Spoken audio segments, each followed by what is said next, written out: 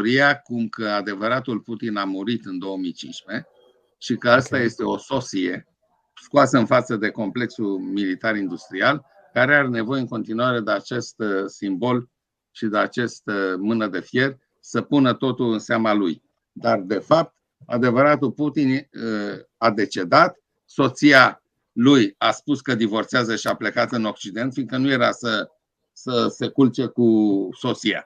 A spus că ea divorțează și a plecat în Occident, iar el este schimbat antropologic. Dacă vă uitați atent la oasele lui, la frunte, nu mai seamănă cu primul Putin. Dacă e să mergem pe această teorie, care miroase a teoria conspirației, și mă știți pe mine că sunt împotriva lor, împotriva unor teorii care nu oferă mijloace de verificare. Sunt împotriva lor. Dar vă spun că există și această teorie. Trebuie să informăm pe cei care ne urmăresc.